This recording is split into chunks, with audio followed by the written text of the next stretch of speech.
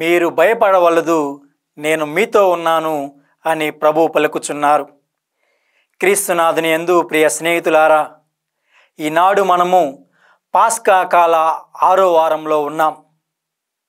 ఈనాటి పరిశుద్ధ దివ్యగ్రంథ పఠనాల ద్వారా ప్రభువు మనకు అభయాన్ని అందిస్తూ ఉన్నారు. మీరు భయపడవలదు, నేను మీతో ఉన్నాను అని నుడుముచున్నారు. ఈనాటి మొదటి పట్టణంలో పౌలు గారు కొరింథు ప్రాంతంలో సువార్తను బోధించుచుండగా ఆయనకు దర్శనమై, నీవు భయపడవలదు, నేను నీతో ఉన్నాను, నీవు దేవుని వాక్కును ప్రకటించుట మానవద్దు, నీకు ఎట్టి అపాయము కలుగుదు అని ప్రభు పౌలు గారికి సెలవిచ్చుచున్నారు, పౌలు గారికి తెలియచేస్తూ ఉన్నారు. మరి పౌలు గారు దేవుని వాక్కును విశ్వసించాడు. మరి పౌలు గారు దేవుని దర్శనాన్ని విశ్వసించాడు. ఆయన వాక్కును విధేయించాడు. ఆయన చెప్పినట్లే దేవుని వాక్కును కొరింథు ప్రాంతంలో ప్రకటించారు. మరి ఈనాటి సువిశేష పఠనంలో కూడా యేసు ప్రభు ఒక చక్కటి ఉదాహరణను మనకు తెలియచేస్తూ ఉన్నారు. ఒక స్త్రీ తను గర్భం దాల్చిన తరువాత ప్రసవ వేదన సమయంలో ఆమె పడేటువంటి బాధ వర్ణనాతీతం. ఆమె పడేటువంటి బాధ మనం మాటల్లో చెప్పలేనటువంటిది. ఆమె అంత బాధపడినప్పటికీ తాను ప్రసవించిన తరువాత ఆ బిడ్డను చూసి ఆమె అమిత ఆనందము చెందును.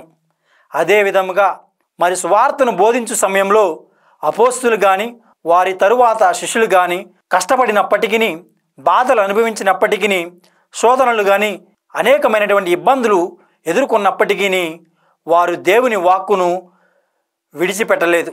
దేవుని వాక్కును విశ్వసించారు. ఆ వాక్కుని నలుదిశలా ప్రకటించారు. ప్రియమైనటువంటి క్రైస్తవ సహోదరి సహోదరులారా, వారి యొక్క శ్రమ ఫలితమే, వారి యొక్క కష్ట ఫలితమే ఈనాడు మన క్రైస్తవత్వం. ప్రియమైనటువంటి దేవుని బిడ్డలారా, మరి ప్రస్తుత సమాజంలో పరిశుద్ధ జగద్గురువులు కానీ పీఠాధిపతుల ద్వారా, గురువుల ద్వారా మరి సత్య సువార్త అనేది ప్రకటించబడుతుంది.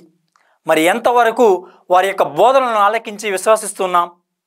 మరి ఎంతవరకు వారు చెప్పినటువంటి మార్గంలో నడుస్తూ ఉన్నాం? మరి ఎంతవరకు నీవు నేను దేవునికి దగ్గరగా జీవిస్తూ ఉన్నాం అని ఆత్మ పరిశీలన చేసుకోవాలి. మరి మనము కూడా ఒక సువార్థికుడిగా, ఒక సువార్థికురాలుగా మారాలి. దేవుని వాక్కును అభిషక్తులైన వారికి మాత్రమే కాదు, కథోలిక విశ్వాసులుగా పిలువబడుతున్న నీవు నేను కూడా మనందరి బాధ్యత దేవుని వాక్కును ప్రకటించటం. ఉత్థాన క్రీస్తు మహోత్సవాన్ని కొనియాడిన నీవు నేను మరణాన్ని జయించిన ఆ క్రీస్తు ప్రభుని లోకానికి చాటి చెబుదాం. దేవుని యొక్క వెలుగులో నడుద్దాం. చీకటిని విడిచి ఆ ఉత్థాన ప్రభు యొక్క వెలుగులో నడుచుదాం. ఆయన యొక్క దీవెనలను పొందుకుందాం. మన యొక్క కుటుంబాలు ఆశీర్వదించబడాలని ప్రార్థించుదాం.